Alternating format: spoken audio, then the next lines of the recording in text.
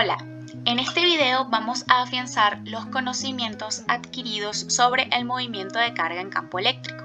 Como vimos en la unidad de clase, el efecto del campo eléctrico sobre la partícula es acelerarla. Una aceleración que tiene una expresión nueva para nosotros que va a depender de la carga de la partícula, su masa y el campo eléctrico de esa región. Al hablar de movimiento acelerado, estamos hablando de dos tipos de movimiento en específico que vimos en años anteriores: el movimiento uniformemente acelerado y el lanzamiento horizontal. El primer caso de movimiento acelerado que podemos tener, he dibujado acá esas regiones de campo eléctrico con placas plano-paralelas que mencionamos en la unidad de clase, es que tengamos simplemente, vamos a suponer, un electrón que es abandonado o liberado en la placa. Eso quiere decir que la velocidad inicial de ese electrón o del protón o la partícula que coloque va a ser cero. Por tanto, estos términos no van a estar. Quiere decir que la velocidad final depende únicamente de este término. Si calculamos con esta ecuación, la siguiente ecuación dependerá de este término y la distancia recorrida solamente de este término, ya que al liberar es partir del reposo, es decir, velocidad inicial cero. Ustedes se preguntarán por qué llamo a la distancia y. Bueno, como en este caso, si tenemos un electrón, es decir, de carga negativa, ¿qué va a suceder? Simplemente se va a desplazar hacia la placa positiva por la fuerza de atracción. Entonces, como pueden ver, se está moviendo en lo que solemos llamar el eje Y, ¿sí? Porque nos estamos moviendo verticalmente. El otro ejemplo que podríamos tener para el movimiento acelerado es que haya un pequeño agujero en una de las placas y que la partícula pues ingrese a través de ese agujero con velocidad distinta de cero, es decir, que ingrese suponiendo que tiene una velocidad inicial distinta de cero. Entonces estos términos no serían cero y deberíamos considerarlo para el cálculo de las velocidades finales o las distancias recorridas. Ahora bien, ¿por qué podemos estudiar con el movimiento horizontal el movimiento de una partícula cargada dentro de un campo eléctrico? Pues podría suceder que en lugar de liberar simplemente a la partícula, ella ingrese con una velocidad inicial, pero esa velocidad inicial sea una velocidad horizontal. Entonces tendríamos una velocidad que es inicial en el eje horizontal o en el eje X vectorial. ¿Qué podría suceder? Bueno, dependería del signo de esta carga que está ingresando a la región. Si suponemos nuevamente que es un electrón, pues se verá atraída por la placa positiva, esta carga. ¿Qué sucede? Bueno, que esa atracción no puede ser directamente en línea recta, como en el caso anterior, sino que al ingresar con velocidad horizontal, esa partícula se va a ir viendo poco a poco atraída hasta que sea fijada en la otra placa.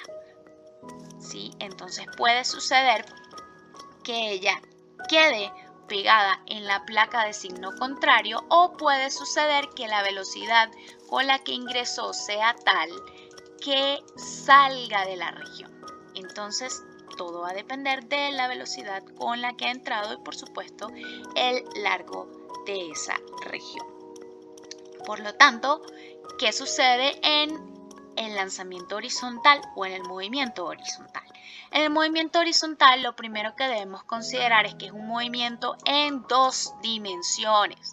Por lo tanto, nos movemos tanto en X como en Y. Fíjate que la partícula se desplazó en X de aquí hasta aquí, pero también se desplazó en Y porque inició acá y finalmente terminó en la placa positiva. Entonces hay un movimiento en X y hay un movimiento en Y.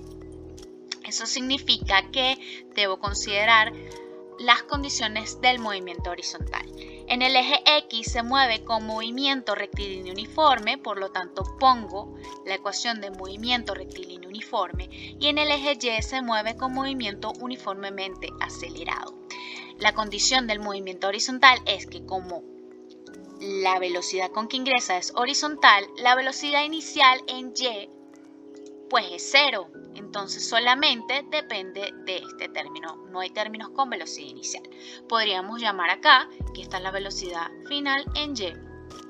Y nuevamente pues la distancia recorrida sería en y. En este caso es importante considerar que hay una distancia recorrida tanto en x como en y.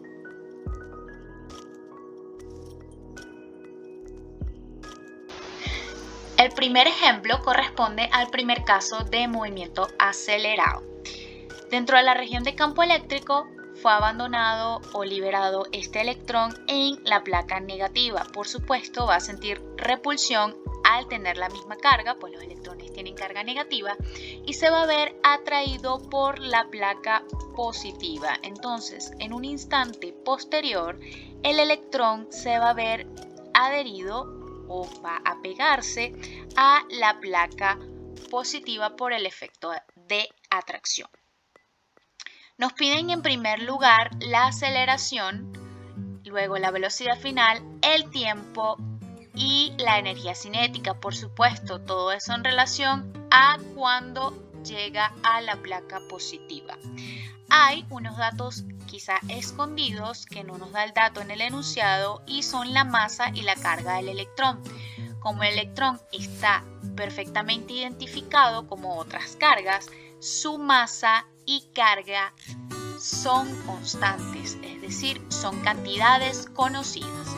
Para calcular la aceleración que experimenta ese electrón al ser liberado en esa región, vamos a utilizar la nueva ecuación que hemos aprendido.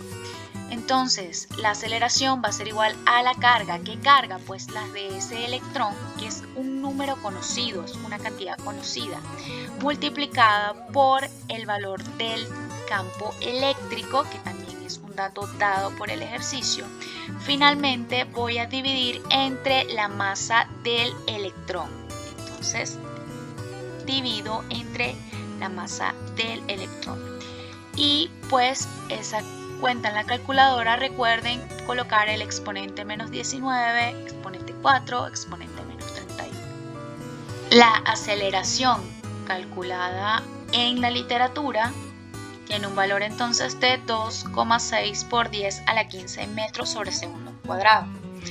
Para hallar la velocidad con la que llega a la placa positiva, es decir, su velocidad final, vamos a utilizar esta segunda ecuación, ya sin el término de velocidad inicial porque es 0 ya que es liberado, es decir, parte del reposo. ¿Y quién sería y? Bueno, y va a ser la distancia que recorre. Naturalmente, la distancia que recorre va a ser la distancia entre las placas porque es liberado en una placa y llega hasta la otra. Y esa distancia es dada por el ejercicio, es 1 centímetro. Por tanto, vamos a sustituir esos valores, es decir, 2 por la aceleración que acabamos de calcular, y eso debe ser multiplicado por la distancia que es 1 centímetro, pero debemos trabajar en sistema MKS, es decir, en metros, y 1 centímetro sería 0,01 metros.